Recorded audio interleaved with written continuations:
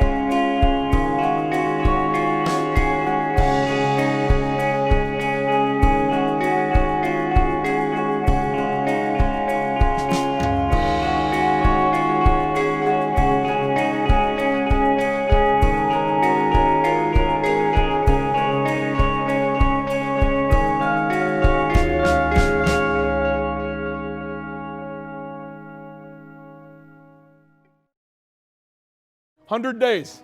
You got 100 days from today." And we started this tradition a few years ago of having this 100-day meeting, and it's something I look forward to every year, and hopefully you do too. You have to understand that that clock is not going to stop ticking, okay? It hasn't stopped since we ended, and it's not going to stop. It seems to me like it will speed up in the next few weeks, to be honest with you. It's going to go very, very quickly, those 100 days. That's 100 days until we kick off against Clare right out here. What's the goal? And I'm talking to the seniors right now. State championship. Okay? And I would hope that you would say that. The goal is to be a state champion. Because to be honest with you, Ithaca football right now, we're at a stage where that's really the only thing that's acceptable. Last year we were 13-1 and we were pissed. We had a great season, but I don't think anybody ended the way that they wanted that to end. And we do this every year. If we're going to have the goal of being a state champion, okay, and the goal is going to be here, then by golly, the work ethic can't be here. But if you're going to be committed, we're going to be committed. Because we are not going to win without everybody in this room pulling in the same direction. It won't happen. You got an unbelievable opportunity that nobody in this state has. To not take it is foolish. Absolutely foolish. You got a chance to be special.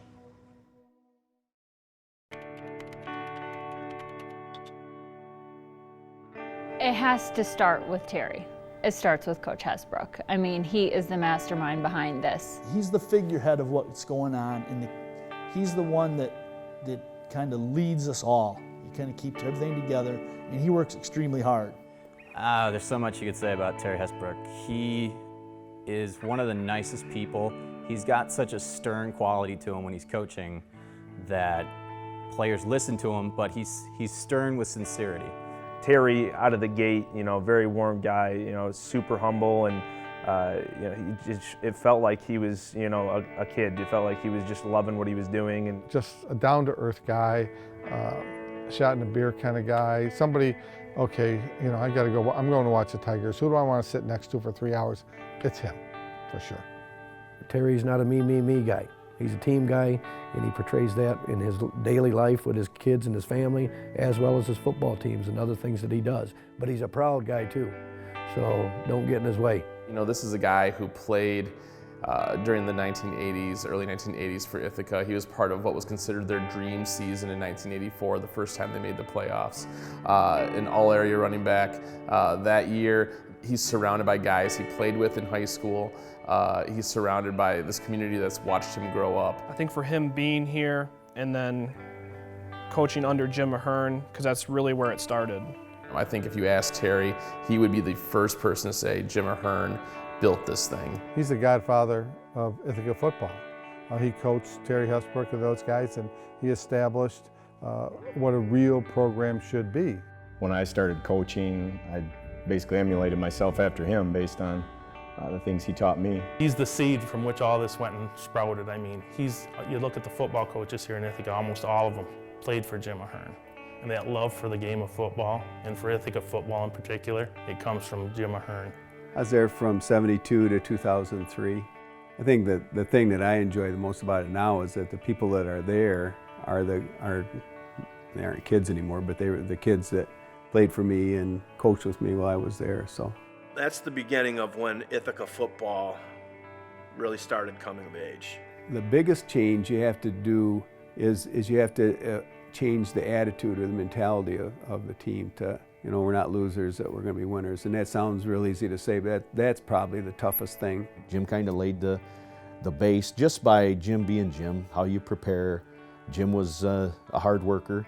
Jim knew everybody's position on the field, offensively and defensively. If there's 11 guys on the field, offensively, defensively, he knew every lineman's block. He knew every secondary coverage. Just had a very positive impact on the lives of not only the athletes, but the community in Ithaca. The guy's just I don't want to say student of the game because, he's a master of the game.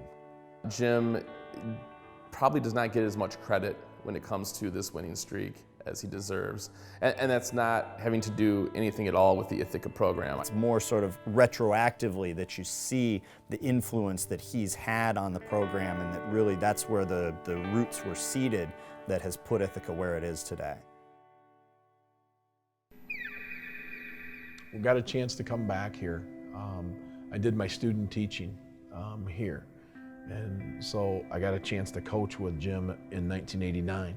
He got a job at Ithaca, and he was there. He coached with me a few years. I was just probably a young, cocky kid, and he probably thought twice about it, on more than one occasion.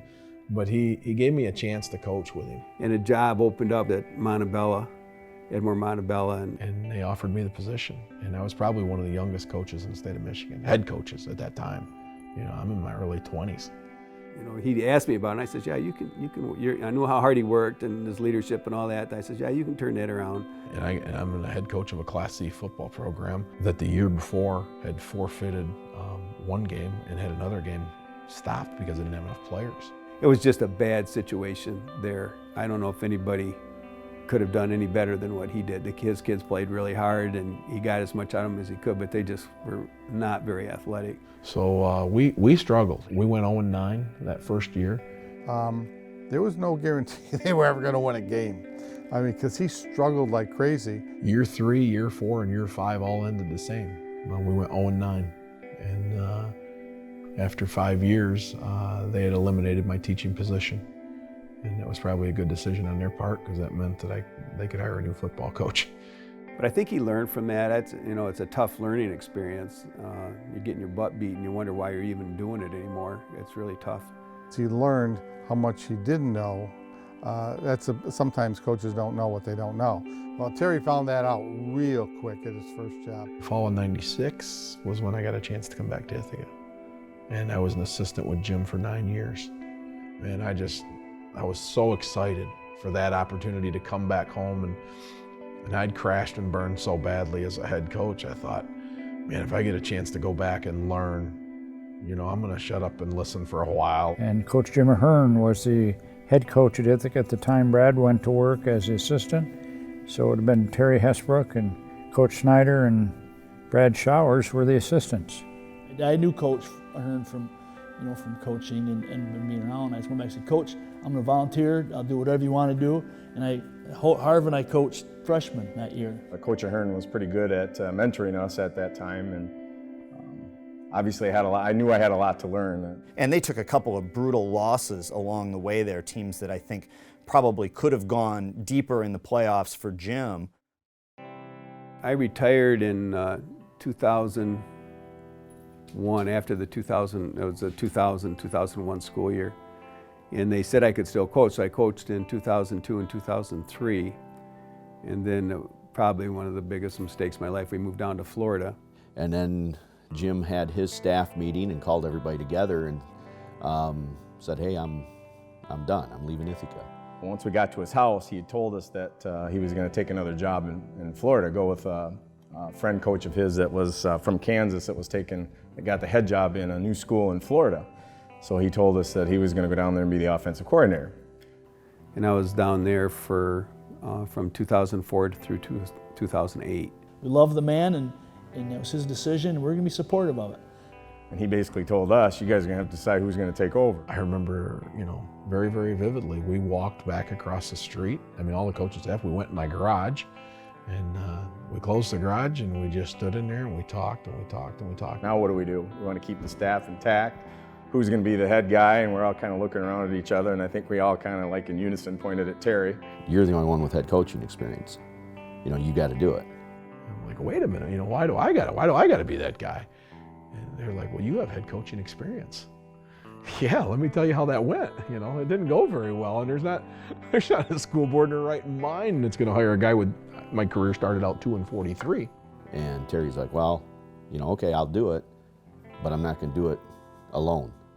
He said, I expect you guys to all come along, and we'll do this together as a team. And that's kind of how it started.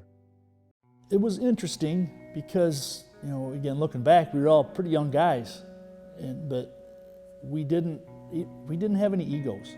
We had a good thing in place. Jim was a good coach. He had a good program. A lot of the things that we still do now are things that he left, as far as the calendar goes and workouts. What we had to do was not screw it up. We'd promoted Craig Snyder to our running back and offensive coordinator. Brad Showers became our defensive coordinator. We started to put together that staff. Terry Hesbrook, when he took over in 2004, it took a couple of years to get the ball rolling above and beyond what they were already doing as far as being a very good regular season team. There's a lot of people that were questioning the hiring of me and the hiring of our staff, at that time. Because, obviously I'd fallen on my face completely in my first coaching gig. Everybody probably says, well, he won with the Hearns kids in 04. And then in 05, this is his first group, and we went out and we laid an absolute egg.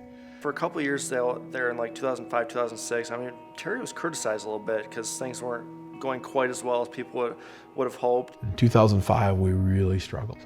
And I think it's the only losing season in Ithaca football in maybe the last 30 years. Well, it was a little bit of a learning curve.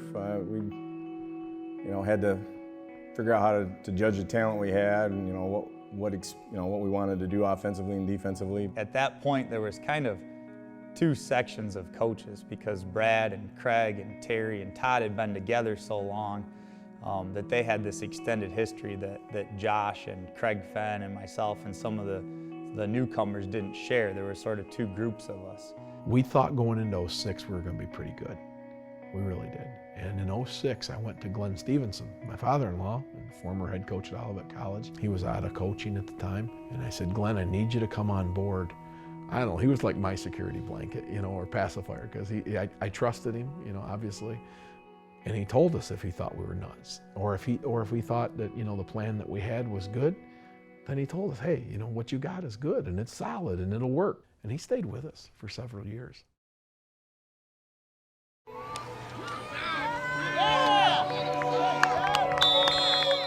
2002 was our first season of youth football here in Ithaca.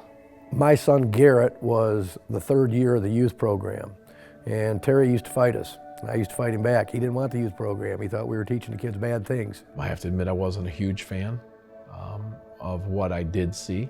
I wasn't a huge fan. I felt that, you know, some of the kids the event was becoming a bigger spectacle than our games. You know, the youth games were. And I was worried. I told him, I said, I'm really worried about who's going to coach these kids. I said, I don't want to run kids off in 5th and 6th grade because somebody's yelling and screaming at them and all that. I think Terry worried a little bit. You know, he was worried about, you know, the type of people we're going to have coaching the kids. That was a big concern for him. He wanted people that understood that, you know, we were building something up. I watched youth football from afar for many years. All right, let's break it down. Let's break it down. Get out of here. Make sure you get all your stuff. Okay? I got involved in it when I became the head coach and said, you know, it's really important to me that you run the same system that we run at the high school level. And we had people balk at that. You know, we can't do this in 5th grade. They start doing the same things that we're doing on varsity, just in a scaled down level, so it's easier for them to start learning. And then each year they gain more and more. They're playing on Saturdays, so they'll come to the varsity games on Fridays wearing their jerseys, watching us play and everybody else play. And so then they go to Saturday, it's their game, and they try to play like us, and I think that helps them get better. That gets ingrained in them, and there's expectations. The community's all together, the coaches are together, the players, the parents, they're all kind of going in the same direction from day one. And that's really the secret to a successful program. I think that it was during the 2009 season, Nizhnak's junior year, with Christian Marble and that team, that you really started to get the buzz and the feeling that, all right, this is a team that could really do something. We were 5-4 in 08, and that was my junior year. And we came back our senior year, went 11-2. Ithaca junior Alex Nizhnak has gone from being an unknown to one of the top quarterbacks in the state. I think we come into 2009 where we bring back a vast majority of the guys that went 5-4 the year before. Nizhnak is a dual threat, meaning he's equally effective at running and passing. In his first full season as Ithaca's starting quarterback, he set a school record for most rushing yards in a season, and he has over 3,000 total yards with the combined 45 touchdowns. Alex Nizhnak is a special player because he's a special kid. He was an extension of Coach Hesbrook. People certainly in the community knew what kind of a leader he was with the team. He's a very intelligent guy, very articulate guy, cares a lot about the people around him and the people that care about him. So not only was he a really good athlete, he was just a guy who went above and beyond his duties. So he understood and embraced his role as a leader for Ithaca. I think he set the standard of this is how an Ithaca quarterback acts on and off the field. And this is how an Ithaca quarterback leads and wins. When we got to the semifinals game, at the time, we had accomplished a lot to get up there. To see how excited kids were to, at that time, be the first team in school history to make it to a semifinal game is unbelievable. And so now we get a chance to play Montague, who had won the state championship the year before. And we come down and we put the film in, and we're like, uh-oh, we're in big trouble. We were in such uncharted territory that it wasn't that we weren't prepared, it wasn't that we didn't believe we could win, but just by the nature of that first experience for everybody, you felt out of control. You felt more like a spectator than a participant. As coaches, we knew we were up against it. I mean, man, they were good. I mean, they were really good. At the end of the first quarter, it's 0-0. In the next quarter, the wheels fell off the bus. I mean, everything that could go wrong did go wrong. They put 33 points on us in the second quarter. So we went in at halftime down 33-0. The play that turned that Montague game was an interception return touchdown, which I think was Cater, the quarterback, who picked it off and took it back for a touchdown. And that 2009 team didn't know how to bounce back from that. That just sort of set them into a tailspin. I can't think of a better motivational factor than losing a big game like that, being the furthest team at Ithaca to ever go that far. There's something to be said for not only the kids playing at that level, but coaching at that level. you know, your preparation, your game plan, everything. And the way you get good at coaching in big games is to coach in big games. I think that poise has been one of the real things that has benefited them over the years, and that was the one ingredient that was missing in 2009, but I'm sure that there is something that they took out of that loss to a Montague team that won back-to-back state championships and realizing that, okay, this is how you do it, now we're going to do that.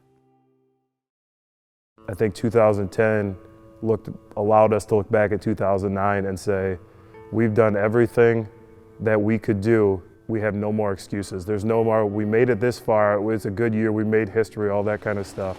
That's what I like to see, some enthusiasm this morning. 2009 gave us the opportunity to say we have no more excuses, it's all or nothing. And sometimes as an athlete, that's a good place to be in. I think when he was a freshman or sophomore, Alex Nizhnak said, we're going to win a state championship. You know, like, Alex, you know, we're 4-5. You know, we're not winning anything. And, but he believed it. And I think what he did is he convinced a lot of people, and me included, we can do this. And the selling point for all those kids and coaches for one quarter against Montague, who was the back-to-back Division VI state champions, you couldn't tell who was better. Somebody had an audio copy on CD of that semifinal game, and most days of the off season that we were in this weight room working out, that audio of the semifinal game was playing.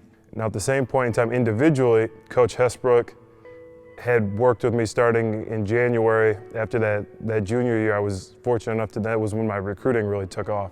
At 6'4", 215 pounds, Nizhnak has the ideal frame to be a college quarterback, and he's being courted by Division I programs. But he's not letting his goals get in the way of the teams. The recruiting process, it's a long one. It's been a lot of fun so far. It has been on the back burner with everything of the season going on, and I still do have some time to take care of it. So it's been exciting, but right now I think we're in the middle of something special. I ended up committing to Central Michigan in June, and when I did that, it allowed us to turn around and focus. But more than that, I think it gave Coach Hesbrook and my relationship a new dynamic, because when we were in a situation, in a game, he used to tell me all the time, big-time players make big-time plays in big-time games.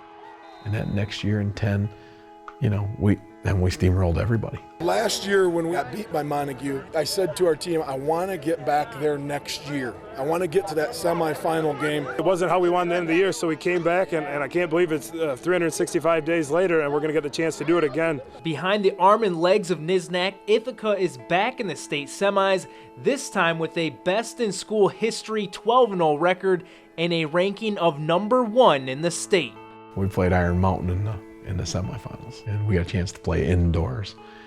And we sold 1,000 pre-sale tickets to drive 6 hours or 7 hours north to watch. 1,000 pre-sale tickets in Ithaca. Those people must have thought these people are crazy. To the Superior Dome in Marquette today, got them pumped up, maybe a little too pumped up. Ithaca plagued by penalties in the first. And they're up 13-0, and we got a 3rd and 9. I remember it too. It was just 3rd and 9, and we run one of our plays that we run all the time. And Jake Ahern, he got vertical on this kid, and Nizhnak put the ball right on the money. And this is just for half. He catches that sucker and goes into the end zone. It's 13-7. And you could just see, we got a chance. They came out, they threw one of the 2 passes I think they threw that day. And Jake Ahern picked it off, and he returned it for a touchdown. We went into that locker room, and I told those kids, I said, we just played the worst half of football that we've ever played, and we're ahead 14-13. I said, if we just go back out and play the way we're capable of, we're going to Ford Field. And our kids went nuts. We'd made it. We'd made it to Ford Field. I mean, we had to the state championship game. That's things that you only dream about. And coaches, I mean, it was unreal. I mean, it was pandemonium. And there's still 5 minutes going to game. And there was kids, and we were ahead by 2 touchdowns or whatever at the time. But there were kids crying, there were coaches crying. Since 1984, a couple of members of our coaching staff were on the first team at Ithaca High School to make the playoffs in school history. And a lot of us are still here, and we're still working, and we've been working for this. It means so much to our community to finally get this done. And who do we got to play? Monroe St. Mary's. And we got 27 kids on our roster, and they got 28 seniors. We had 28 seniors in Class C football. They come walking out there, we got no chance. Oh my God, these guys are a machine. I mean, it's the classic, movie type thing. Like when they come out, we just all watched them warm up. We're like, oh my gosh. We paled in comparison to them. They had been in that same situation a year prior. They had lost a state championship late in the game to Montague as they repeated as state champions, the same Montague that embarrassed us in that semifinal game. It was tough for us to replicate their offense in our practice. Pretty much it's the straight T, and they fake well and they block. So it was going to be a mix of contrasts in terms of Ithaca spreading it out, Catholic Central wanting to keep it on the ground. I think we knew what we were up against, but I don't think we backed away from the challenge in any way. I think the kids had a goal not just to make it to Ford Field, but once they get there, to actually win a game. And there was a point in that game where it seemed like it could easily turn into another blowout against us. They went up 21-7 on us in the first half. It was a hard-fought game, close game, a lot of offense. It felt like these were two teams that were very evenly matched. And they'll try a handoff to Minyard. He hops over one tackler, he's pushing at the goal line, and in he goes. Garrett Minyard, touchdown Ithaca. Oh, a beautiful run by Garrett Minyard. But that was one of the first times that you started to get the feeling that Ithaca could pull things out, that they weren't going to be that team that would fold up at the last minute when the adversity struck. And I remember going into Ford Field in the locker room, and I told our defense, I said, you just stop them one time. That's all I'm asking for. You stop them one time in the second half, and we'll score enough points to win the state championship. And we got one stop in the second half. After they fall behind 35-31, and Nizhnak comes back and marches them down the field, just boom, boom, boom, boom, boom. That was one of the most impressive drives that I've ever seen. We get the ball back, and we're up by 3, and we're just going to run the clock out. And I told Nizhnak, just stay in bounds, whatever you do. And we ran a power play, and Nizhnak, like he often did, broke one for about 40 yards for a touchdown to win the game 45-35. Ithaca might not have been better than Monroe St. Mary that day as a team, but Alex Nizhnak would not let Ithaca lose. I still think to this day it's the best team we've ever played. To turn around and to see the crowd, thousands of people going to all these games throughout the year, and to get there, I think they felt that it's partly theirs. We went into the press conference at Ford Field. They said, well, how do you feel about Nizhnak breaking the record? I had no idea that I had broken the touchdowns in a game record until they told me in the press conference afterwards. And I didn't even really believe it till they sent me all the stuff for breaking the record. I thought it was a joke. He had 5 rushing touchdowns in a state championship game. He did? And that was the coolest thing, because none of us knew. And none of us cared, because the only thing that mattered was we were going to win the game somehow. It honestly never felt real. That first state championship never felt like it really happened to us. We have a kind of a vested interest in the program, having played here, and to be a part of that first championship team is just something that obviously I'll never forget. Even after 10, everybody was, well, that was great, but Alex is gone, and this kid's gone, and that kid's gone. This is a one-time deal. And I just remember afterward Terry saying to me something to the effect of, we're going to be good for a while because I've got this quarterback named Travis Smith next year. He's going to be young, but he's going to be pretty good.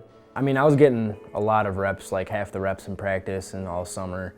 So I was comfortable coming in, and I've been playing quarterback my whole life, so I was, really comfortable stepping into the shoes of the starting quarterback at Ithaca. We were out in the backyard playing one day, throwing the football around. I saw Travis drop back, and I saw him throw a pass in between 2 or 3 kids that I didn't see the opening, and he did. And he fit it in there real nice. So my wife, I said, honey, I think we have a quarterback in our family. I've worked with Travis off and on throughout his career. I know when I would come back, I would call Hess and say, hey, these are the days I'm coming in. I wish I would have had somebody like this when I was here. So if I could give back like that, then it's paying it forward. And luckily we've had, again, we went from Alex Nizhnak to Travis, 2 tremendous athletes. Not only was he, could he throw the ball, but he could run the ball, and he could get a lot out of his teammates. And very humble and very comfortable in the role that he was put into at Ithaca High School.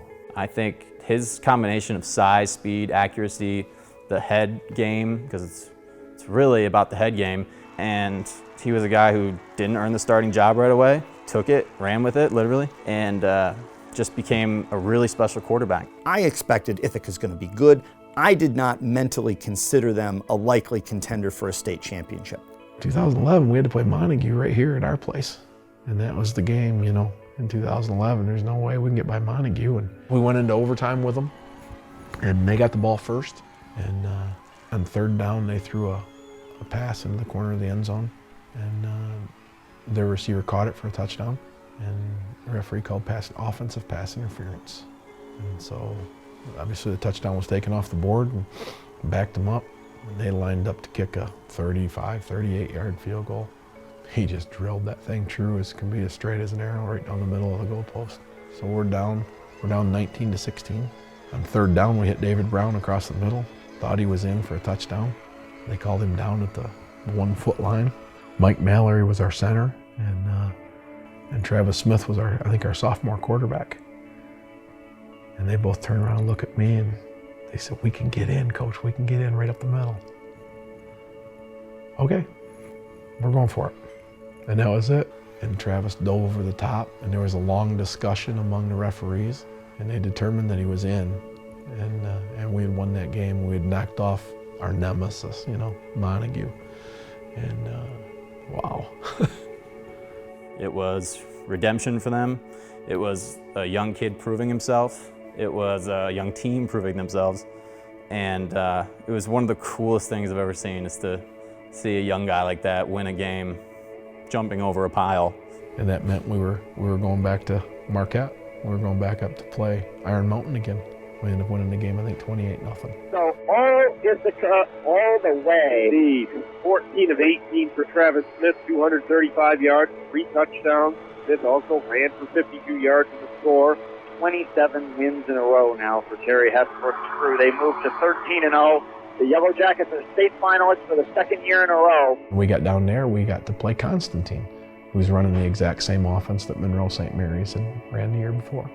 It was crazy. Like I can't even tell you how many times I was faked out by them at safety.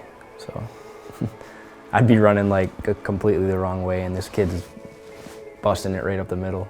You know, it was back and forth for a little while, and then we kind of pulled away and won it at the end. So.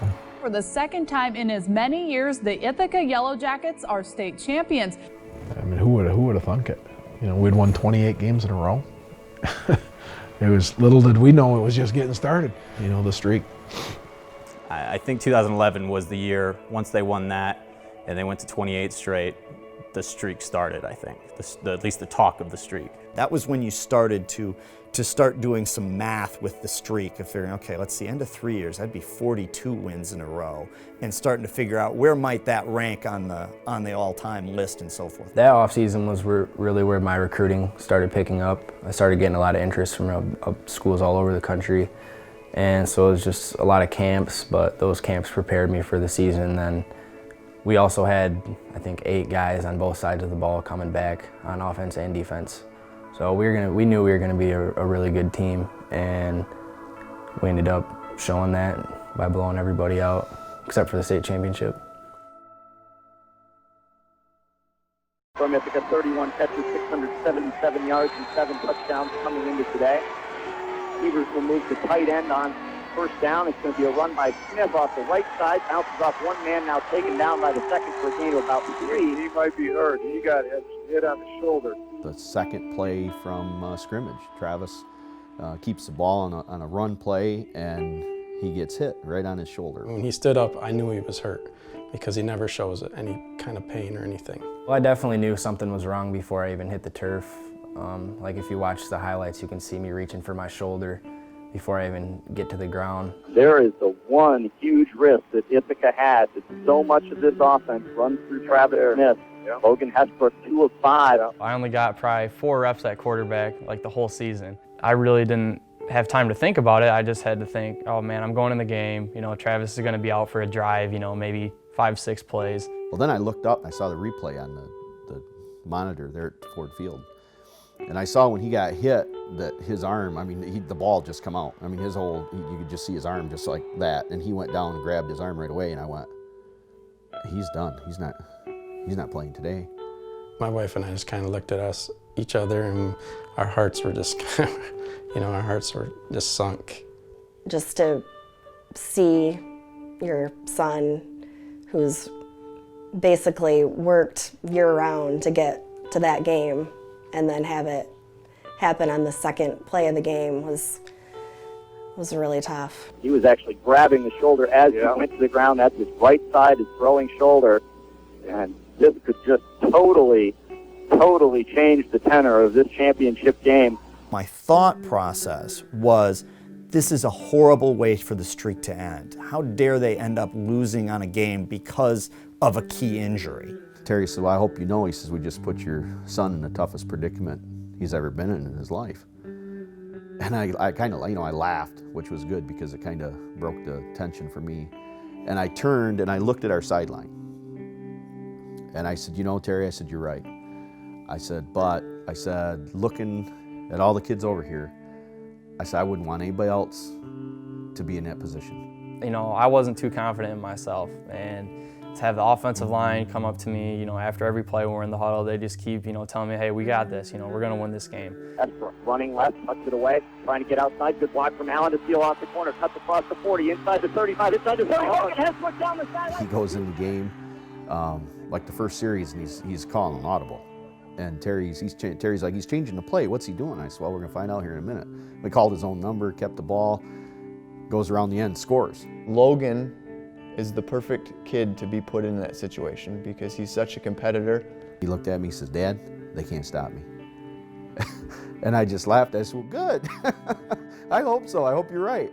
And then once you saw Logan take some snaps and make plays, then I thought, wow, they're gonna pull this off. A couple possessions later, once they start to settle in and they start moving the ball, then you start to think, wow, this could be an incredible story if Hesbrook comes in and wins the game for them when they lose their star quarterback. Somebody said they watched my wife Sherry in the crowd to see how she was handling the situation. And they said most of the time she spent most of the game with her face buried in her hands, like, oh, I can't watch, that type of thing. That was a very stressful game. I felt sick to my stomach when Logan went in there, just because, you're nervous anyways. And we couldn't have made that story up if we tried. But to have him step in and play like that, I think probably the biggest thing is that we just didn't panic, and we said, hey, we're just gonna continue. For Logan Hesbrook to step in there and compete is a credit to Logan as an athlete. It's a credit to the team for believing, and it's a credit to the coaches for putting him in a situation to be successful on the fly. I'll be honest with you, we're going to enjoy this one because the first one was a blur and the second one was, wow, I can't believe we did it again. And this third one, honest to goodness, we've received every team's best shot all season long. Big time congrats to Ithaca, the 42-game win streak, 4th all-time in Michigan high school football history. Whew. The injury sucked at the time, but I think it actually, in the long run, it helped. It pushed me a lot more in the off season, and it made me push my teammates even more so we could get back to Ford Field and I could play there my senior year. I mean, he was pretty emotional, and I understand that. And when we got back to the school, he was still pretty emotional. And I promised him that we'd get back to the state championship. He said, immediately, that night even, when his shoulder was, separated, he said he was gonna go back there and finish his career there. Every time I was working out or throwing, I would just think about getting injured in that game, and that really pushed me to work hard. Like 2 weeks before I moved up here, I saw that Ithaca's football team was incredible. This team, they had won 3 straight state championships. They hadn't lost a game in that time. Everybody wanted to end the streak, and there was no way I was going to let that happen.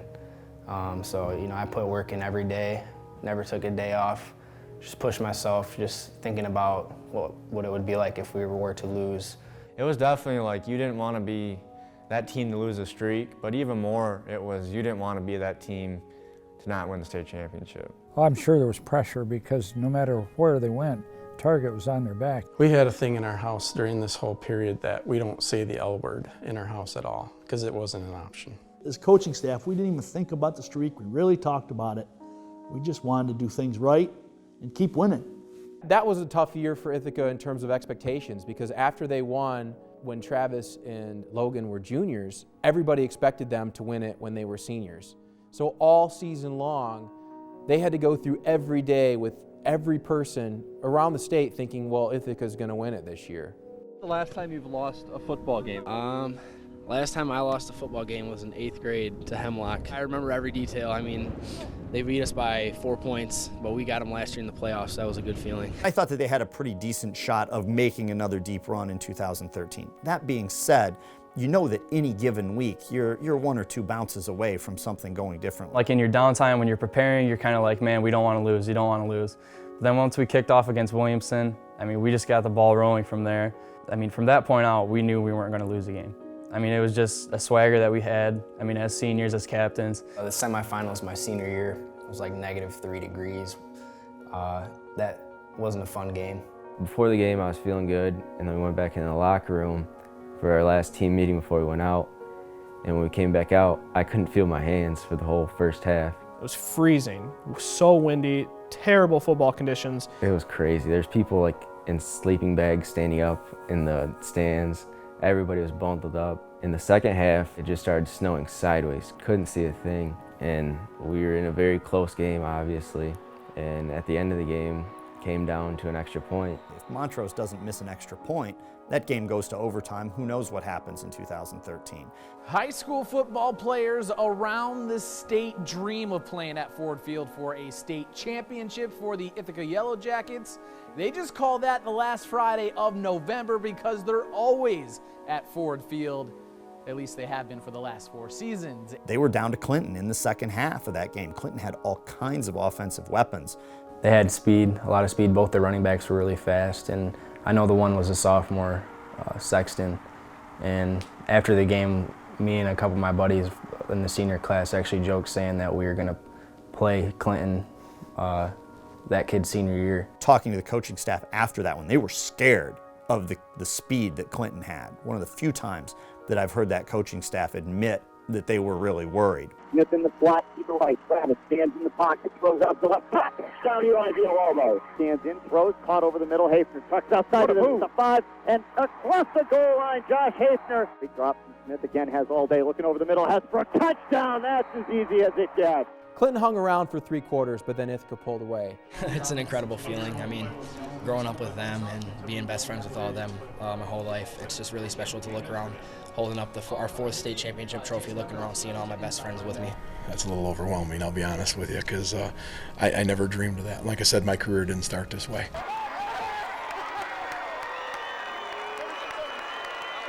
And to be where we're at is just a credit to our players and our coaches and our community. Our administration stands behind us and supports us 100%, and it's the perfect storm. But then everybody graduates. And then, of course, everybody's got their opinion as to what's this 2014 team going to be able to do. Next year, Ithaca's opponents will then likely have the misfortune of dealing with Travis's younger brother, Jake, at quarterback. Me and Jake have pretty much the identical game. I mean, he looks exactly like me. He shows me a lot. I've learned a lot from watching him over the years. Ever since youth football, I was there on the sideline watching him. They've always pushed each other, and Travis has mentored Jake all the way up. Travis did the same thing, really just helped me out as much as he could, and also threw me some passes, so that was cool. I mean, I'm his big brother, and it just came natural to me to just to push him. We've done it to each other our whole lives.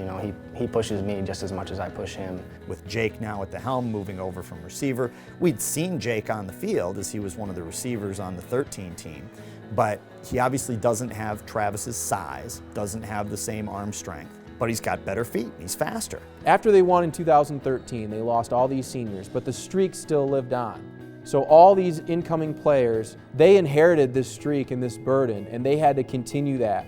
This is a different Ithaca team. They graduated so much senior leadership, most notably Travis Smith, 41-0 as a career starter. The banner falls onto Jake Smith, who has had to grow up in his father's shadow, take over the team as a junior. I knew Jake Smith would be good, but you didn't know that he'd be just as good as Travis. And the fact of what Ithaca has been able to muster here late is we didn't say it. They were down 8, they were done. They were absolutely done. Madison was flying. Ithaca couldn't stop them. Ithaca couldn't move the ball on offense, and they found a way. I didn't know much about Spence or other receivers who would have to step up. And the Jackets have won number 68 in unbelievable fashion, 41-27 over a solid Madison Heights Madison squad. They were really, really young. They're were almost all sophomores and juniors. Handoff Roman on the sweep left. He's got room in front of him. Ithaca gets up there, tries to trip him, but he dives across the goal line, and Mayfield Roman, his second touchdown of the first half. Certainly going into 14, I thought going to be tough to get through this one unscathed. Cooper comes up under center. He'll drop under heavy pressure. Ackles comes through it. He's all over him. Driven all the way back to the 40. Hit as he throws. It's wound up and it's intercepted. Here comes Demonoff back to the 30. There was some, I don't want to say concern, but the inexperience, were we going to get there? What was it going to take to get there? I think probably was a question that a lot of people had. For the 5th year in a row, you're headed to Ford Field, 20-16, the win here today over Boyne City. How do they do it, though? Time after time after time. Down 14-0, and then twice in the closing minutes, Boyne City inside the 15-yard line, and the Jackets defense says no way. We're looking forward to this next game. We know that it's going to be a great challenge. Monroe St. Mary is a great team, and we're excited to get there. We really felt going into this year it would be a struggle because we were so young. We were so young at certain spots, and we only got 5 seniors, and 2 of them were out for a majority of the season. And it's just a testament to how hard these kids have battled all year. I can't say enough about how proud I am of our kids. I can't put it into words, The fact that they made it all the way to the state championship game with a kind of inexperienced team is, to me, just as impressive as winning the state title the year before. Friday's Division VI state championship game features 2 of the best high school football programs in Michigan. Ithaca and Monroe St. Mary Catholic Central have made a habit out of reaching the state title game. This is Monroe's 4th trip in the last decade, while Ithaca's making its 5th straight appearance. Monroe will be looking for revenge. Back in 2010, Ithaca won its first state title by beating St. Mary's in a thriller at Ford Field. For Ithaca, one thing is for sure. Win or lose, history will be made. I think what I wasn't ready for was for them to lose a game where they were probably the better team on the field. I think that if 2014 Ithaca plays 2014 St. Mary Catholic Central 10 times, I think Ithaca wins that game maybe 7 times. First and goal at the 2. Jamal rides him into the end zone kind of like a horse, but it's a touchdown for Catholic Central. They steal the lead 6-0, and that's why they wanted the ball. Reeser to the left of Smith, 3 wide, and Waldron at tight end. He throws in the corner, and it's going to be caught. It is! Spence the ball, and Ithaca's within 2 with a 2-point try to come. No real pressure, line drive kick. Headed in the direction of Stitchley, who will field it on a bounce at the 15, splits 2 defenders to the 20, and now the ball is loose. It's been fumbled, and it's going in and out of Stitchley's hands as he tried to change directions. It never hit the ground. Hewitt just scooped it out of the air and walked in for a touchdown. And what a turn of events. Hand off Mako on 2nd down, and he's going to score. They go down 21-12, so it's a 2-score game. Really, it's a couple of bounces. It's not that they just flat out got outplayed. It's just a couple of individual plays that you can point to that turn that game. They drop from Smith and throw the little fade down the sideline, and Waldron cannot haul it in. And the incompletion will bring the celebrations on the Catholic Central sideline. A state championship from Monroe St. Mary Catholic Central. The streak ends at 69. It comes to an end today, 22-12, at the hands of Monroe St. Mary Catholic Central. I was very proud of our team today, very proud. I was very proud of their effort. And as a coach, when you go into this, all you can do is ask your players to play as hard as they can possibly play. Definitely different feeling. And, I mean, we fought hard, and I'm proud of my teammates because they fought every step of the way, every play. At first I was in shock. I couldn't really think straight. The streak had just ended. And it was just kind of surreal. We just thought it was all some fantasy world. We didn't really believe it. I mean, it was heartbreaking for everyone in the community, everyone in the stands. I'll never forget some of our kids reacting last year when we did finally lose and that streak was over. And they commented on how it was a relief. And I don't know, I think I believe them. I think it was probably a lot of added pressure that they were under that we hopefully didn't intentionally put on them. At the same time, I guess maybe that's just a defense mechanism as a way to wear off the fact that they know it was disappointing for everybody who had won games that added to that streak. It was tough, and you know, it hurt. It hurt because we felt like we let it slip away from us. You know, I think we could have won that game, and so that was difficult. If you play a game and you get beat by a team that's better than you are, hey, you tip your hat to them, you say congratulations, and the team we played was good. I don't know that they were better than us, but they were good. They were state champions. So that's hard. That's hard for us to swallow. He's as real as it gets. When it came to that moment, that's when I really saw what Terry Hesbrook was like as a head football coach, because of the way he handled that. And it wasn't so much that the streak's over and we lost, but when you lose and you look back at what we did, 69 games in a row, that's unheard of. You walk out of here with your head held high. We have nothing to be ashamed of. And there'd be a lot of people who'd love to switch positions with us. And you just went 69-1. The best 70-game stretch in the history of football in the state of Michigan. Who can argue with you? It's crazy. If you do the math, you take, and I want to point out some other schools in the area, but you think, go back, how far you got to go back to get 70 wins? How far back? Some of them are back, you have to go back into the mid-80s to get 80 wins combined.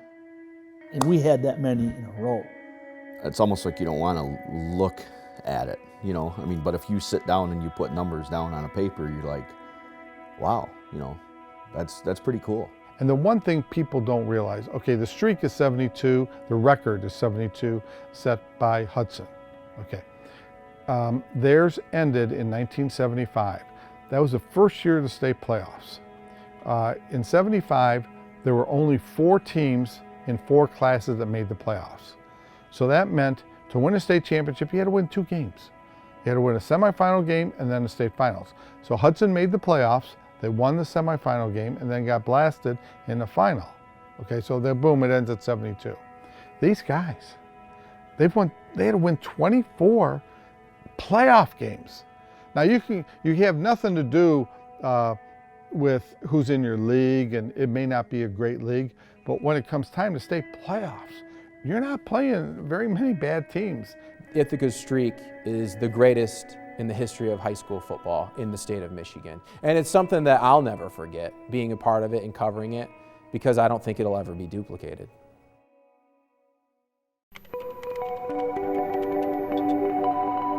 I have not been this excited about a season in a long time. And the coaches have talked with me about that too. Now you think about that. That's a hell of a statement right there. We won 69 games. I was pretty excited about those seasons too. And I'm not as excited as I am about this season right now coming up. Our expectations from this team are huge, aren't they? I mean, they're huge. Are they realistic? Yes. The expectations from our school, I think, are huge. The expectations from our community are huge. The way we got to the top was we outworked everybody else. The way we're going to get back to the top is by outworking everybody else. That's the only way. I don't care how good Jonah is, or how good Grant or Jace or Jake or any of you are. It doesn't matter. If we don't all pull in the same direction, it will not happen. If we don't prepare to win the state championship, we won't. I don't know if you know about this year's team coming up this fall, but a lot of them, after they lost that state title game, they got in the weight room and they've been in there. This year's team is a lot like the 2013 team, where they had a lot of guys coming back from the previous year, and the previous year they were successful. You know, Terry touched on it last year. It always stands out to me when I think back to after the loss. He always said, you know, this year one of the problems was our motto was get back to Ford Field. Next year our motto is going to be get back to Ford Field and win. Ithaca returns pretty much everybody. I think they lost one starter from last year, from a team that went to the state finals. So you return your full offense, your full defense. I think that's plenty of room for optimism, plus another year of growth in terms of kids learning the system, kids getting better in the weight room.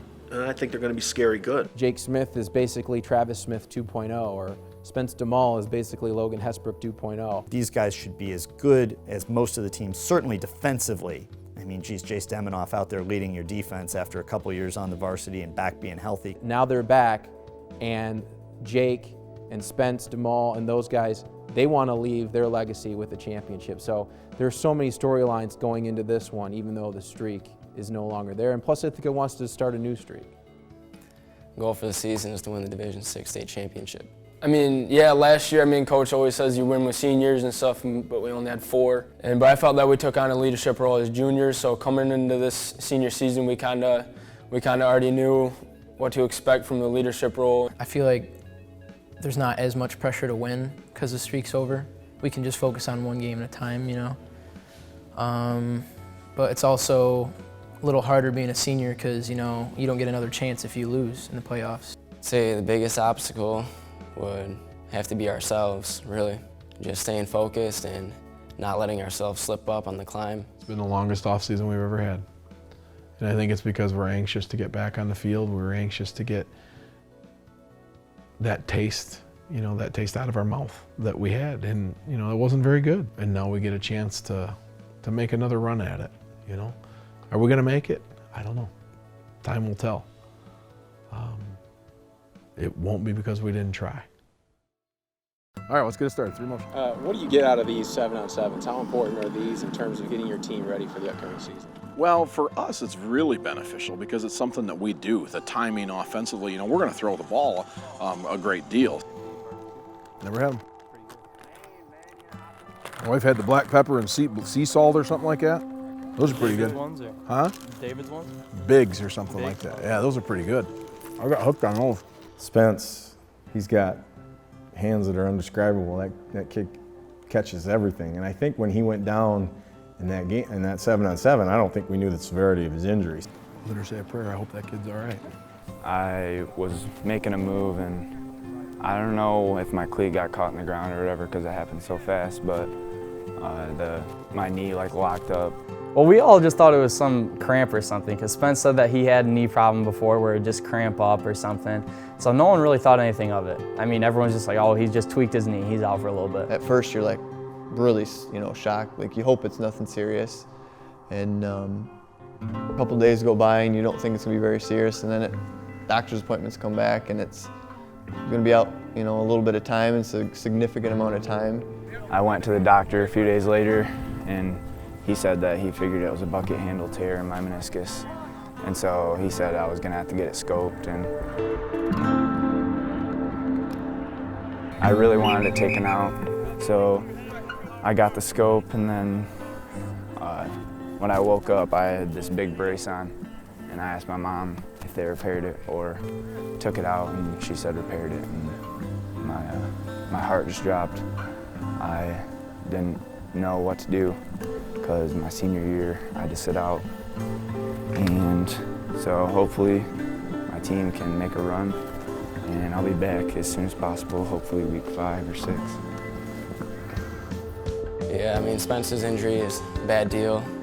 It really throws a wrench into things, especially as it's this early in the season. We really weren't sure who was going to step up for him and who's going to be where. Some roles for some kids changed, and you hope that they're going to accept their new role. I think we're all just glad that it's during the regular season, it didn't happen sometime during the actual, you know, in season. Well, we always like to say next man in, you know, next man up. We're gonna make do with what we have and go on.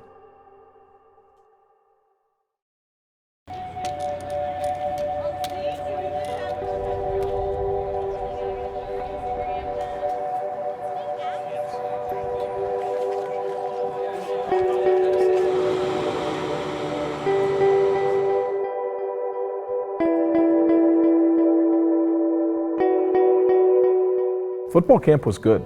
2015, we got off to a good start. I felt that our energy was pretty good. I thought the players worked really, really hard at camp this year.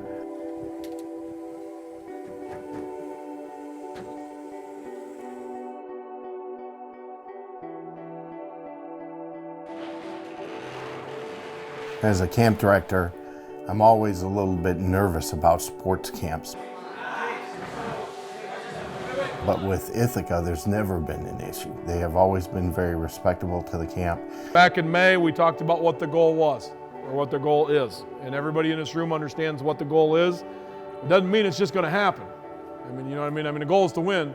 And what we have to do is we have to understand, we have to eliminate outside influences. Camp, as always, was a grind. I mean, we get up there and get a lot of hours in. It's easier now because it's only 5 hours of practice. Like our freshman and sophomore years were 8 hours of practice. It was a long off season for us, and I think coaches, everybody included, was just happy to be back on the field.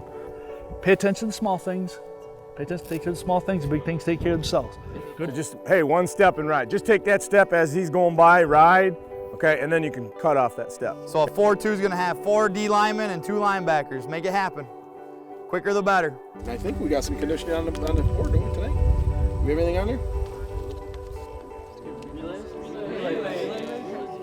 Hey, it says relays. Where? Where, huh?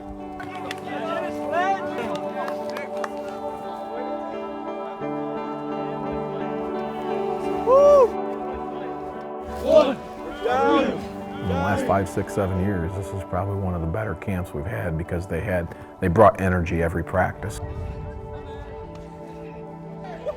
If you step on me, I will get up and drop somewhere. Hanging with the guys, it's pretty fun.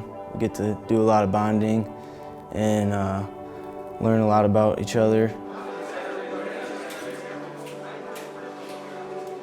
We could introduce our cooks. You think of football, it's kind of a family thing. And I had 2 boys that went through the program, and I played football at Ithaca, so, you know, it's in your blood.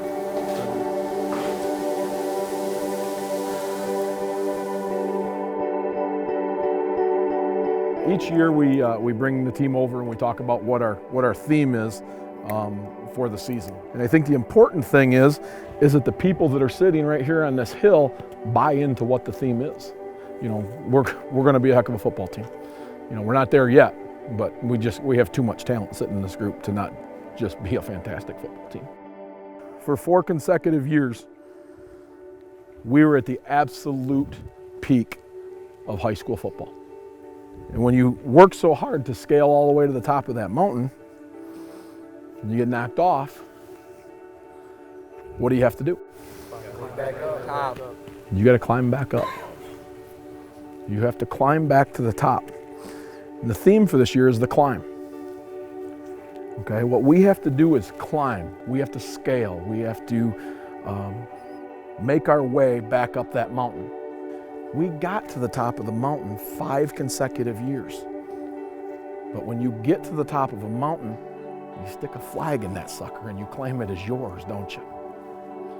So the climb to the top of the mountain is the theme for this year. All right, here we go. Hey, the climb on 3. 1, 2, 3. The climb!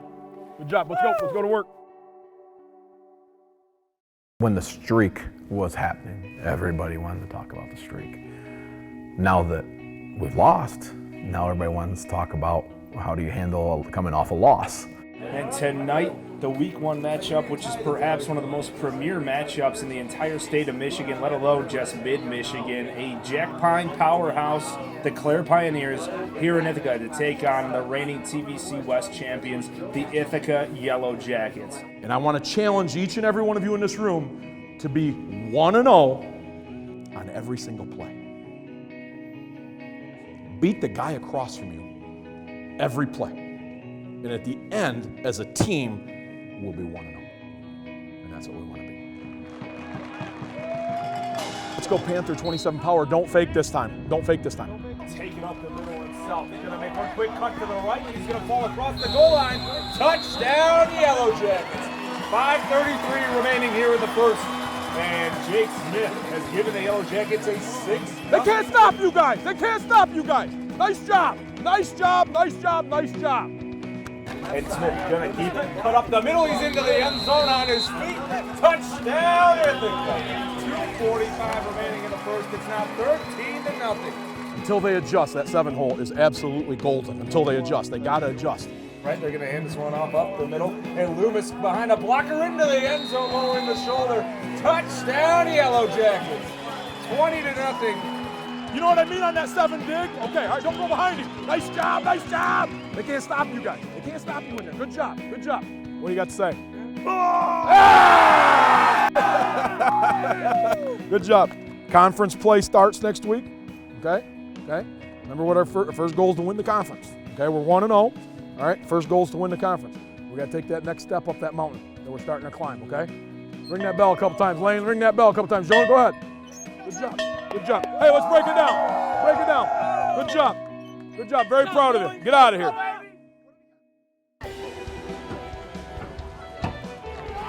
Let's go.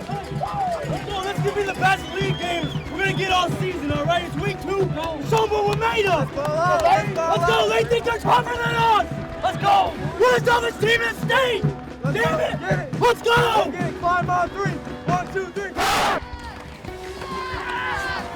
Hey, the conditions weren't ideal for throwing the football, okay? All right, I'll give you that. All right, but you know what you did? We just ran it right down the throat.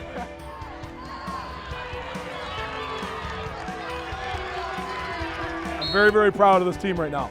You guys went in there and executed offensively. You guys up front dominated their defensive line and their linebackers. Nice job, nice job. Some steps go smoother than others. Last week was a nice smooth step. Had good firm footing. We stuck it right in the ground. We ran right over the top of them to the next step. Send the message. Send the message right away.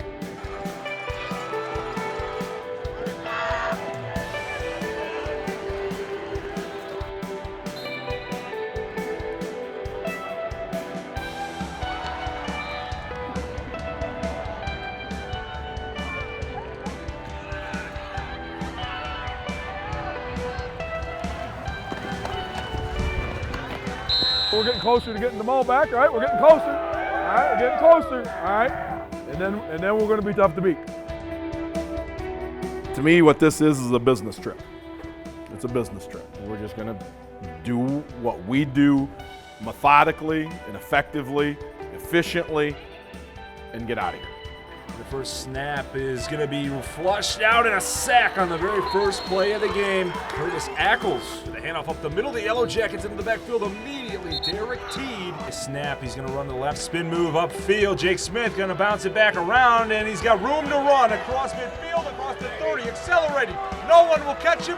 Picked up Jake Smith, going to try to make something out of nothing. Making one man miss, now 2, and he's going to leap forward near the goal line. On the far side of the field, he got in. I'm going to tell you, next week's going to be a hell of a lot tougher than this week. Do not disrespect Merrill. They're down 14-6 in the fourth quarter against Seminary with 8 minutes to go tonight. We have to take this next step up that mountain and finish the deal tonight. Okay? We all know what's next week.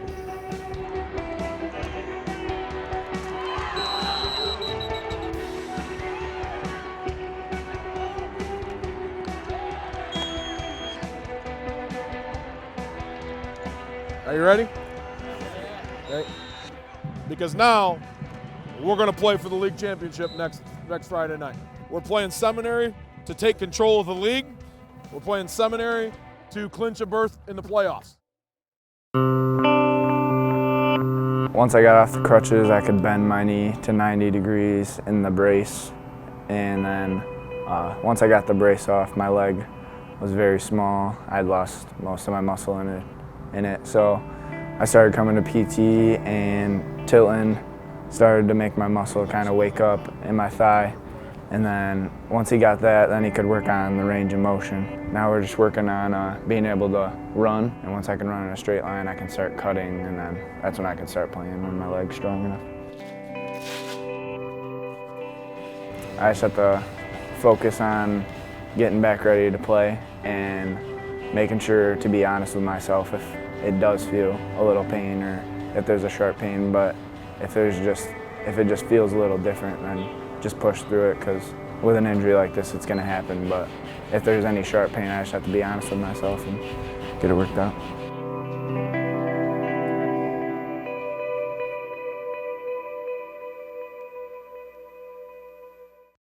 Good evening, everyone. It's week 6 already here in the MHSAA 2015 regular season. And for the Ithaca Yellowjackets, that means it's time to match up with another 5-0 team in what certainly could be a winner-take-all matchup here in the TVC West. We have been waiting to play a big football game for a while. Well, now you got a chance to play in a big game. Have fun, fly around. This is the reason you work. This is the reason you lift. This is the reason you run. This is the reason you do all that crap. To play for a championship. Now, this isn't the only championship we want to play for. I realize that, but it's the first one.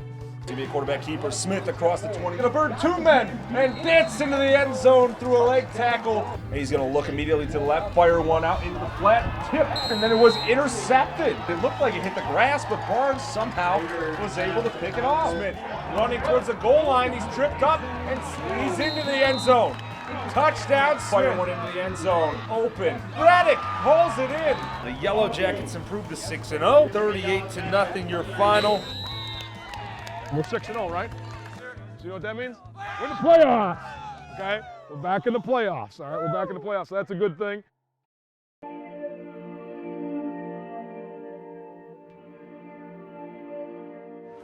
It's been great. I've been working on my takeoff, my cuts, all my deep routes, and my speed's coming back, the strength of my thighs coming back, and I'm just ready to go out there and play. We got Spence back tonight. Spence is not starting, all right, but he is going to play. He's going to play some reps out there. Spence, when you're on the field, be smart. You haven't had a hit in a long time, so be smart, okay? Spence, go, Spence, go, Spence, go, quick. Red 5, red 5, red 5, trips.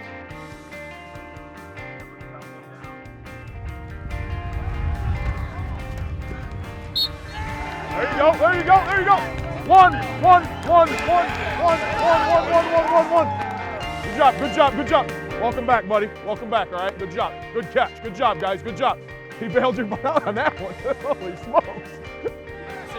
Hey, what kind of throw was that? That was touchdown, baby. That's a touchdown pass. We didn't really come in with a strategy. We just kind of were going to come in, see how I felt, and that's how I determined how many plays.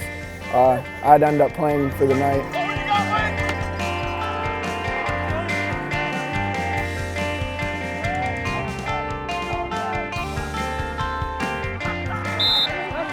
I just tried to go out there and not focus on my knee and just play Ithaca football. Congratulations, you got a shutout, and you're the TVC champions for the 7th consecutive year. Nice job. Nice job. Ithaca brought their 69-game winning streak into Ford Field to face Monroe St. Mary's. The Yellowjackets looked for a 5th consecutive Division VI title. The Falcons pulled off the stunning 22-12 win, securing that school's 2nd state championship in history and breaking the dreams of Ithaca at the time. That left Ithaca staring and hopefully starting a new streak as the season began. The Yellowjackets finished 9-0, so they'll be in the Division VI field. Let's see who else will join them coming up. Let's move on to Region 2, District 1, where the aforementioned 9-0 Ithaca Yellowjackets begin their quest for a 6th straight appearance in the finals. They'll host the 8-1 Nassau Falcons. But I like Ithaca. They have, Jake Smith, younger brother of Travis Smith, who won a ton of state champions. Jake got him there last year's underclassmen to the finals, where they finally did lose the game. But this is a program under Terry Hesbrook that has just thrived over the last half a dozen years. They've become the prototype team that you want to be in the state of Michigan. You talk about a program growing, this program rolls each and every year. All right, that puts the finishing time.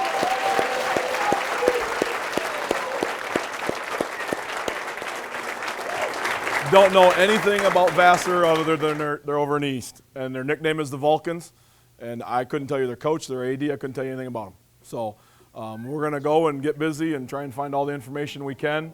All your hard work during the regular season and getting to 9-0 is paid off for you. So now all we got to do is take care of business. And go Jackets. All right, thank you.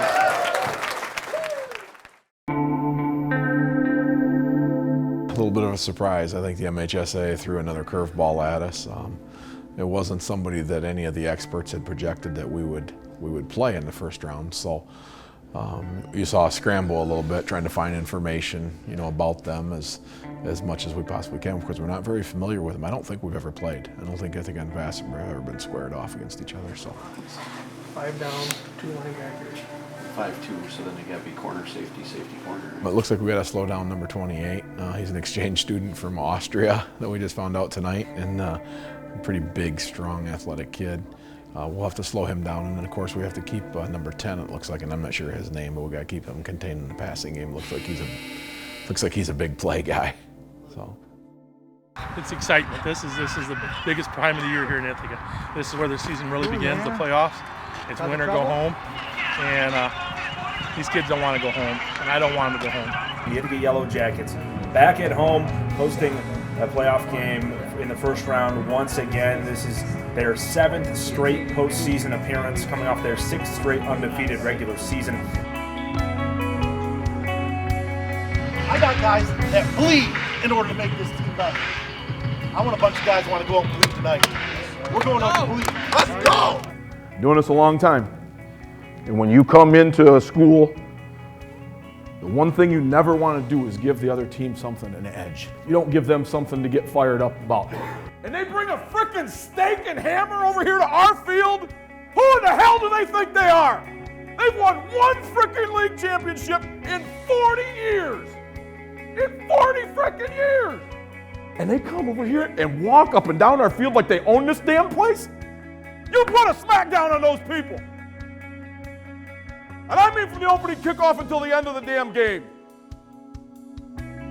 I got a bunch of seniors that are tough as hell, and I love you. You guys go out there and kick some ass tonight.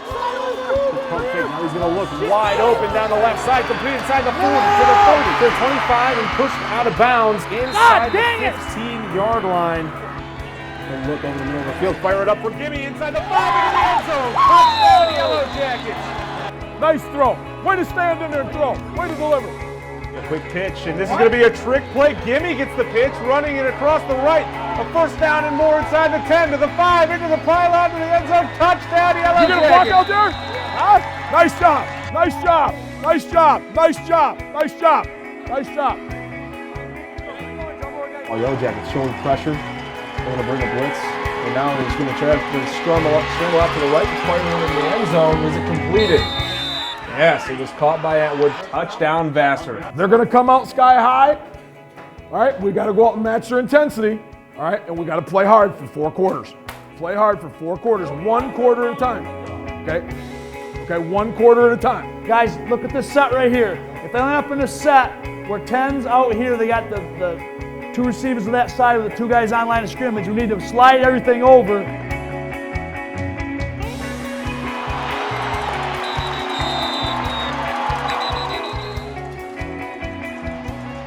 Looking over the middle of the field, looking deep for Morrison, going up, making a great catch right on Smith and into the end zone. A fantastic catch right there by Morrison. That was a hell of a catch. That was a hell of a catch. Jake Smith hobbled off the field after the previous play. He's out there stretching. He's our guy. We're going to go as Jake goes. There's no doubt about it. And, you know, in the first half, he was struggling a little bit. He made a couple of mistakes. And, you know what I did is I told the rest of the kids, pick Jake Smith up. We need him. We're all going to need him. And, you know, all season long, he's been the guy that's picking everybody else up. And tonight, he needed a little bit of boost from his teammates. Fake the handoff and take off on the first play across the 50. Room to run. No one's going to be able to catch him. Potentially inside the 20 to the 10 into the end zone. Jake Smith, as soon as you think he's hurt, he wheels one off 60 yards.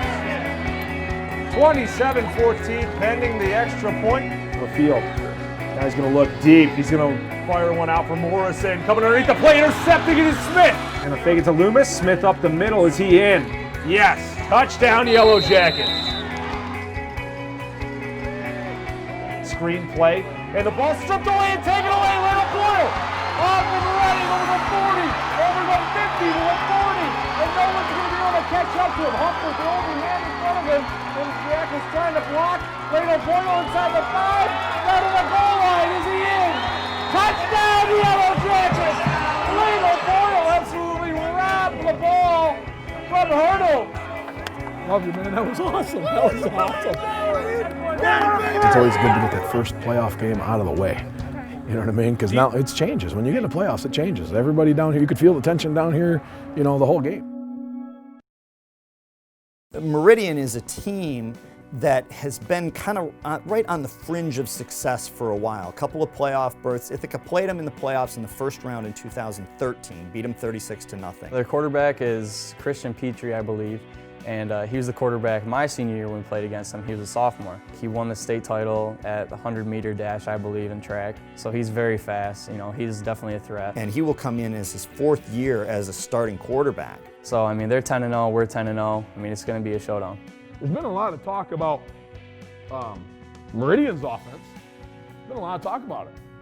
I read the Midland Daily News. You know, I read the Morning Sun. They'll talk about, hell, they only got one playmaker. Jake Smith's the only guy they got. How's that make you feel? You got one playmaker? Bullshit. We got a ton of kids on this team that can make plays. They're calling you out, 12. One playmaker on this team? Everything runs through Jake Smith. Jake Smith, you know what? Step up offense. I take that as an offense. I'm offended by that.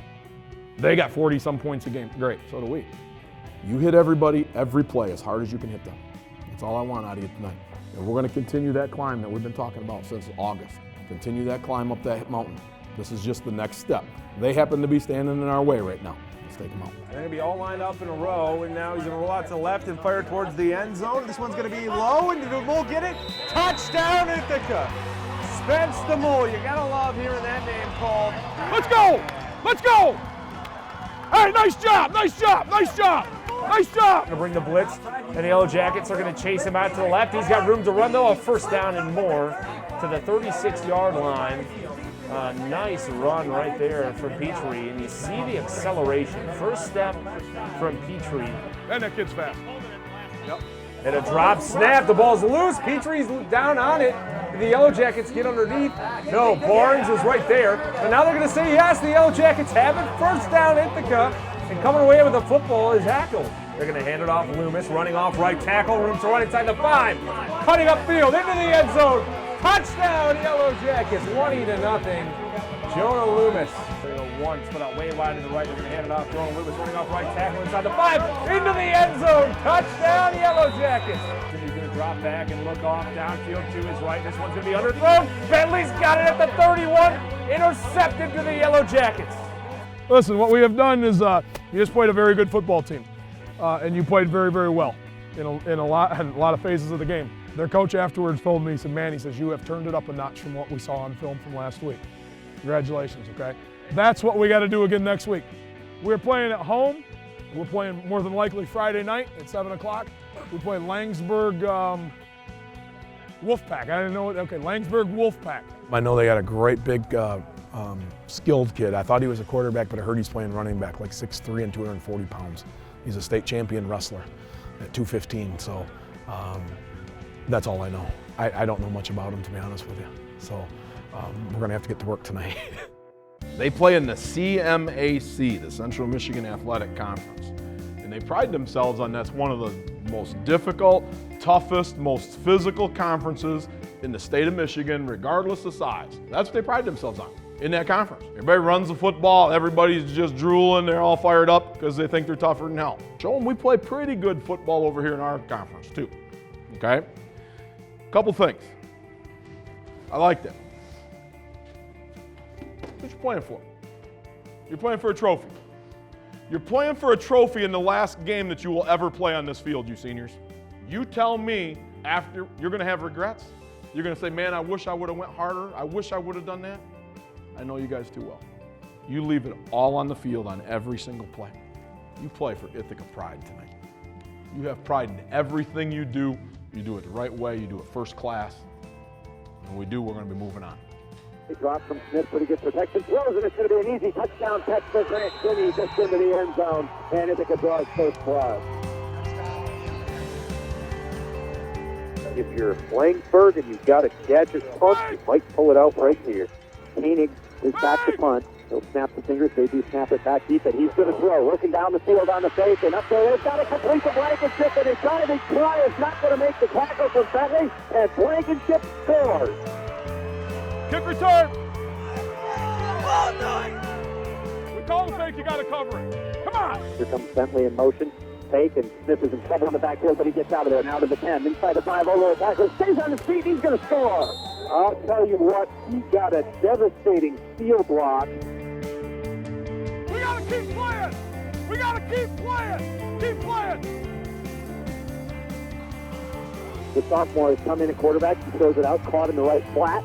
Good short-handed tackle by Hardman. Good job. Nice play. Nice play. Good job. Good job. Good job.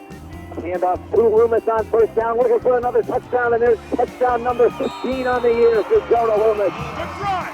Good drive. Good drive, Jonah. Good drive, big man.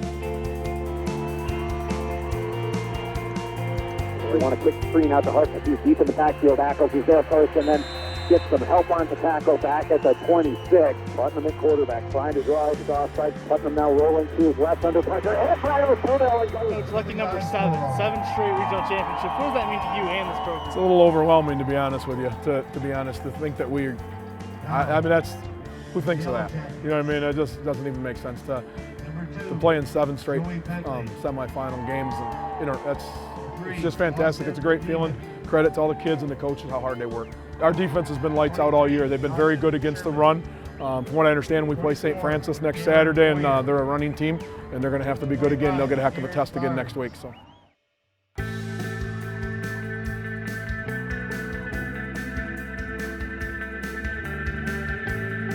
Thank you to all of you. I said it earlier to some of you, for giving all of us an opportunity to be here today. There's a hell of a lot of teams sitting at home today. Because you've worked so hard and because you've listened to the coaching staff, you've listened, you make plays, you're playing in a semifinal. There's a ticket to go to Ford Field at the end of 4 quarters. Take that dang ticket. They have played a lot of teams that they think they're tough. They think they're real tough. They haven't seen a team like Ithaca. He's going to kick it in the right corner and be right to 21, wouldn't it? From Clare High School, and here's the opening boot. Hill is going to send it off to the left. It's going to be fielded about the 5-yard line. It's going to be brought back. They got a wall down there. They got a wall down there. Quick cut over the 20-yard line, over the 25, over the 30. Room to run over the 40 to the 45, and he's going to be gone. To the 40, to the 30, to the 20, and he will not be caught. He's gone. Kickoff of the game. He is gone. Returned by Traverse City. We called that one, didn't we? For us seniors, we've been down in all the big games on the biggest stages, so it's kind of just like, all right, keep playing, and this is football. It happens. Hey, let's go to work, all right? Let's go to work. Let's go to work. Come on, let's go, let's go. Snap high, handoff faked, and it's going to be a nice run up the middle. Smith with room to run, makes the first man miss. Now off to the races, over the 50, over the 40, to the 30. He's going to be caught from behind and around the sideline and wrapped up at the 10. Where we at? Credit chasing him down right there was Braden Dunham. Smith in the gun, he'll roll out to his left. Nice block from Lewis, fires to the end zone. Caught, touchdown, Spence the Bull. His 7th of the season with 4 seconds remaining in the first quarter. Keep playing, keep playing, keep playing. Just keep playing. That's the quarter. Just keep playing. That's all I want you to do. Play your hearts out. Handoff, gonna fake it. Now he's gonna go deep. This one's gonna be wide open and caught inside the 20. Off to the races and into the end zone. A touchdown for Chris Colaveras. A 42-yard strike as the Yellowjacket defense bit on the play fake, and a big passing play there. Dropping back, McAndrews trying to fire down the right sideline. Brock Hardman lining it up and intercepting the ball. A huge pick for the Yellowjackets. Brock Hardman read it the whole way. It was about 40 seconds left, I think, at the half when Brock intercepted it, and then Coach just kept calling plays to my side to get me a couple out routes to catch it and get out of bounds, and Jake kept putting it perfectly on the outside. Big play here. They're going to bring the house. Smith firing end zone. DeMoe with the catch. Was he in? What's the signal? Touchdown, Yellowjackets! Let's go. No, why? 13-12. An 8-yard touchdown pitch and catch. Putting up where no one else can make a play. It was just a great feeling to go into halftime only down by 1 instead of down by 8. Listen, defensively, you have played very, very well. The frickin' special teams are killing us. You're killing us. Jake, you're one of the best weapons we got. When you drop back there and everybody's covered, take off, man, okay? They'll piss right down their pant leg. That ticket's still sitting right back here behind me to punch at the Ford Field. Take, okay? You got to take the damn thing if you want it. Go punch that ticket. Go punch that ticket. Let's go. Spence McAndrews on the center. They'll hand it off. Play action. No, they'll fire. He loses the football. It's the tilt ball's loose. Down on the ground. The Yellowjackets might be on it again. Their third fumble recovery of the day. First down, Yellowjackets. him into the backfield that time, Spencer Raymond. Who comes away with the football, though? At the bottom of the pile, Jonah Loomis. Now listen, take off when you got to, okay? Yes, take off when you got to, all right? A 30-yard field goal to get the lead with 4:29 remaining. Wind at the back of Adam Culp. They're going to try to jump over the middle here. Culp's field goal is up. This one's sailing through. It is good. The field goal is through. 30 yards for Culp. 15-13. The Yellow Jackets have their first lead of the ball game with 4:19 remaining in the third. Handoff, running off left tackle, trying to accelerate to the sideline and over the 50. Oh man, that was a vicious block. Vicious block. He's shedding a tackle out over the 30. Leno Boyle gets a touchdown saving tackle at the 35. Diving towards the end zone and they get in. Touchdown, St. Francis. With 10.5 minutes remaining. We got to score. We got to go score. From the right hash mark, Smith rolling to his left, looking downfield. Gonna fire one up in the middle of the defense. Caught by Joey Feather at the 40. Still running to the 46-yard line. Smith pump fake. Now he's gonna fire deep for the end zone. Spence the ball inside the 5, down to the 5-yard line, I should say, with the catch. And a first and goal for the Yellow Jackets. Where we at? Where we at? Okay. Out of the backfield to the left, slot left, and they're gonna run it. Up the middle, Smith spinning towards the goal line. Is he in? Late signal, touchdown to Yellow Jackets. Smith with the score. Handoff, faked, going deep, gonna get blown up and sacked. Jonah Loomis on the hit, and McAndrews gets dropped. The ball came loose. Is that another fumble recovery for the Yellow Jackets? The Yellow Jackets get the ball back. Curtis Ackles came away with the football. Yellow Jackets trying to add to the lead. Another quarterback run off left tackle into the end zone. Touchdown to Yellow Jackets. The lead is the largest of the game for Ithaca.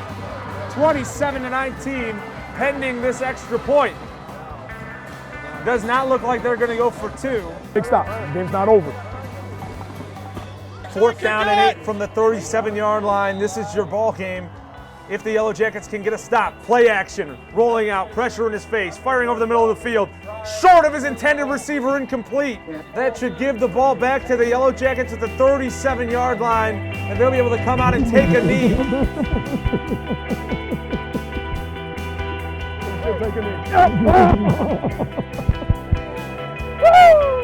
And the Yellow Jackets will be state semifinal winners once again and heading back to Ford Field for the 6th consecutive year. They will face Clinton at 4:30 p.m. next Friday on Black Friday for a Division VI state championship. We're going back. We're going back. We're going to Ford Field again, okay? We've been there before, okay?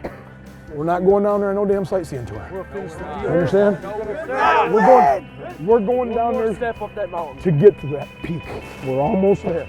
We're almost there. I'm so proud of you guys. You reached down and you dug it out today. You really did. Hey, let's bring it down and get out of here. Yeah. Climb on 3. 1, 2, 3. Climb!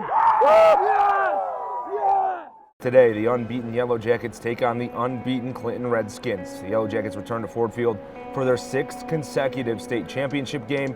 The first time in this stretch coming off a loss in the state championship game last year. They're looking for their 5th championship, though, in 6 years in this historic run that is dated back to 2010.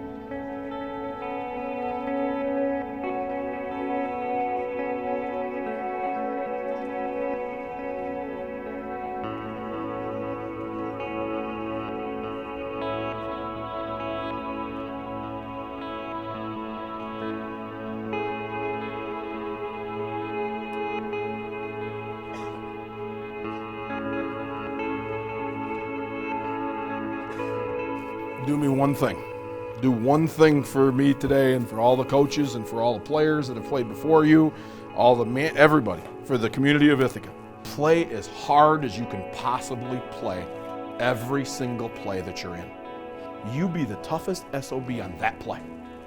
That play, that's all I'm asking you for. You seniors, I'm so happy for you and I'm so proud of you and I'm so excited that you have a chance to finish your career playing for a state championship. After the way it ended last year, our goal was to get back here, and I'll be honest with you, I was a little nervous about that. I was nervous because other people want to beat us so bad. You're here. You're at the top of the frickin' mountain now. You're at the very top of the mountain. This is what you have worked your whole lives for. Your whole life. All that conditioning sucks. You did it to play in this game. That's why you did it. Go out and play. Play Ithaca football, have fun, and I will be proud of you. Play as hard as you can possibly play. And if you do that, then you're going to be a state champion after today. Clinton High School, 13-0 unbeaten in the Tri-County Conference. They are just over an hour away from home here at Ford Field. This is a team that put up over 500 points over the course of their 13-game season. Redskins are led by senior tailback Matthew Sexton, who the Yellowjackets saw back as a sophomore, but he comes in as a senior, as a player that has posted prolific numbers, 2,247 rushing yards, 34 touchdowns on the season. Well, Sexton, he's really fast. I think everybody knows that, especially playing him his sophomore year. He got a little bit bigger. And Poor is, I don't think he's as fast as Sexton, but he's still really fast. They're a spread team. They're gonna obviously spread their defense out. And with those fast kids like that, you know, there's gonna be some gaps for them to expose. But our goal was to just slow them down enough for our offense to get ahead. 2 years ago, I fully expected Ithaca to beat Clinton. And Clinton hung tough for 3 quarters, and then Ithaca pulled away. This year, to me, it's going to be an incredible game. I feel like it's going to be a war. Close your eyes right now. You played last year, and imagine what you felt like after that loss. Before we ran under the banner, Jace Demonov told everybody to close their eyes and imagine that feeling that we had walking off the field last year after that loss. And I know it certainly got me fired up and not wanting to have to experience that ever again. Noah Ackles in the middle. They're going to fire towards the end zone here, and Noah Poor with the catch on 2nd and 9 from 21 yards out. A team that doesn't pass the football all that often. How can we not know where 44 is going up the field? Huh? So the play call was good. I think they had 3 verticals on one side of the field, so it put Spence in a compromising position. He had to pick one or the other. And DeMole one-on-one to the left, they'll roll to the right. Now he's going to look back the other way. Smith sacked for a huge loss back in the 25. That'll bring up 4th down and 20. And the Yellowjackets bringing the offense onto the field from the 25-yard line. 2 receivers either way, 3:02 remaining. Smith dropping back, looking towards the end zone, going for Nick Raddick. Going up, getting it off his right hand, no good, incomplete. Coverage on the play by Ahrens, and there'll be a turnover on downs with 2:55 remaining. Offensively, we played like crap. We played like absolute crap. Jake, get the ball out of your hands. There's no reason for you to hold the ball. Throw it. Oklahoma, when he's open, throw it. That guy's open on a bandit, throw it. Don't throw it late, throw it now. He's open, take it. I trust you. Make a decision, hell, we're going to live with it. You understand? All right? And if there's nothing there, take off. Okay? You're our big play guy. You understand? And we got to ride you. So, hell, if it ain't there, guess what? You better tackle me in space. All right? All this damn talk about Sexton and Poor, to hell with them. You're Jake Smith. Make plays in the second half. You understand? You can do it. I believe in you. At halftime, Coach just came in and he told the team that we got to get going, and he called me out personally. I knew Jake was going to come out with some tenacity in the 3rd and 4th quarter, just because he's always been a second half player. He can always make adjustments on the fly. And I didn't give him much that first half, so I knew I had to come up with something in the second half. For Poor out of the gun, Sexton to his right. He'll take the snap, hand it off Sexton, trying to run it through a big seam over the 50 to the 30, and he will not be caught. Running away from the defense inside the 10, and a touchdown for Clinton. With 10:03 remaining,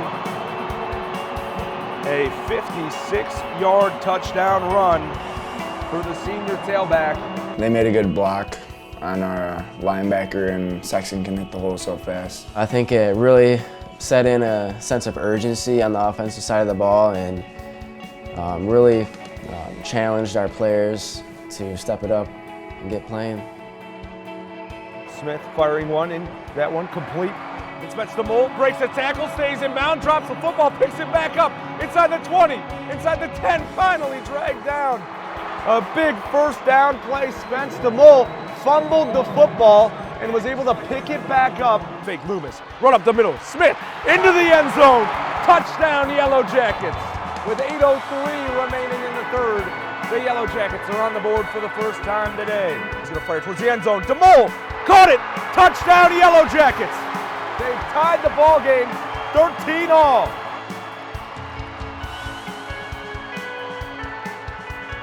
Pitch play, Saxton running left, got popped, still on his feet. Gonna dive back to the 16-yard line.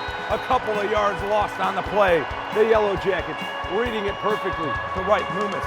Standing to the left of Smith in the gun, looking to his left, looking right, pressure in his face, spins away from a sack, to the end zone, running, Smith inside the 5, diving in, touchdown, stays on his feet. Yellowjackets score. 13 seconds remaining. On 3rd down and 7, empty set, 5 wide. Kelly looking to pass, pressure in his face, gets the football away as Loomis and Teague converge on him in the backfield. Trips off to the right, one to the left. Smith rolling to his right, firing downfield. Wants Gimme, caught it inside the 35. Grant Gimme, he's out of bounds down near the 25-yard line. At the time, I didn't really even know that that was that big of a play. I knew it was 3rd down, but I didn't know it was like 3rd and 20 or something like that. And until I watched it on TV, I didn't realize how important that play was. Under 8 minutes to go, state championship game. High snap, Jake Smith running up the middle, into the end zone. 3 touchdowns for Jake Smith, and the Yellowjacket lead is up to 27-13.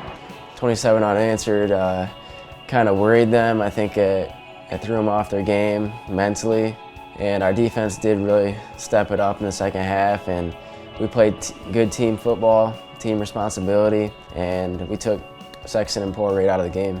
I thought they were going to be hitting gaps harder, but what I didn't expect was for them to kind of be as soft as they were in the middle. So much effort into this season over the course of their careers here at Ithaca High School, hugging it out at the 45-yard line. The officials will make their way off, down to 7, 6, 5. The clock running down. The Ithaca Yellowjackets are your 2015 Division VI MHSAA state champions. Back on top, 5 championships in 6 seasons for head coach Terry Hesbrook and the Ithaca Yellowjackets. It's hard to explain kind of what was running through my head. I mean, I couldn't really do anything except for just run around and hug all my teammates just because I was just so proud of those guys. It was very emotional. Last game of my high school career with my teammates, and coming out on top was just the icing on the cake. It was awesome, you know, being able to just throw your arms up and hold up number 1 and have all your buddies, your best friends do it. Same with the coaches, you know, the guys that you spend a lot of time with, just being able to see all the smiles on their faces and being able to hug it out and just say we did it, you know, just being able to say that we're champions for the rest of our lives. It was nice. It was a relief after losing last year. I really wanted that ring. I'd be pretty pissed if I didn't get it. But I don't know, it's kind of weird because it took a while for me to realize that I was a state champ. It was the best feeling ever, knowing that we were back on top and it didn't matter anymore, especially for us seniors. We didn't have to go back into the weight room, mad at everybody, blaming everybody, whatever. We just kind of were excited and we celebrated as a team, and the feeling still hasn't worn off. I think the 2015 season was the best game overall, being down 13-0 and making the comeback, and it was just really special. It was a great football game, and you win another state title undefeated. You can't ask for more than that. It's definitely been more than just football. With all the attention, learning how to carry yourself, be humble, even when you're being so successful, not flaunting it and being cocky or anything. Being a role model because kids are always looking up to you. And I think it's just made me into a better person playing for Ithaca because we have spotlight on us. And I think it's definitely helping us for the future and definitely help us down the road.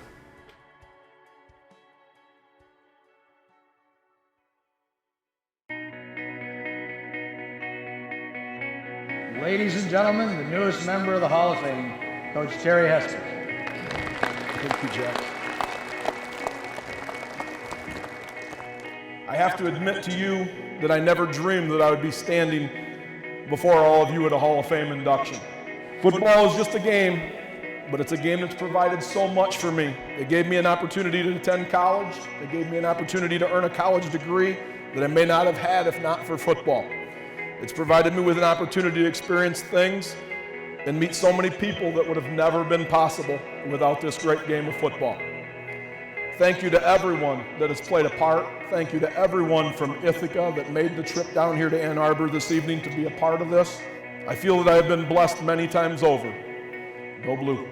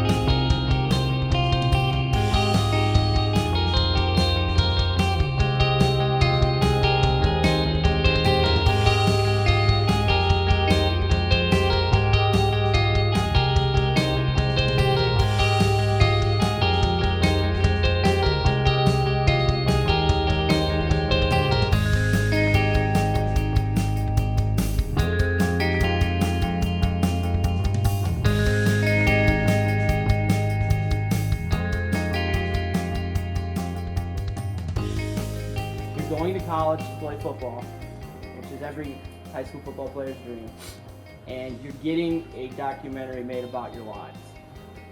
How does that make you guys feel?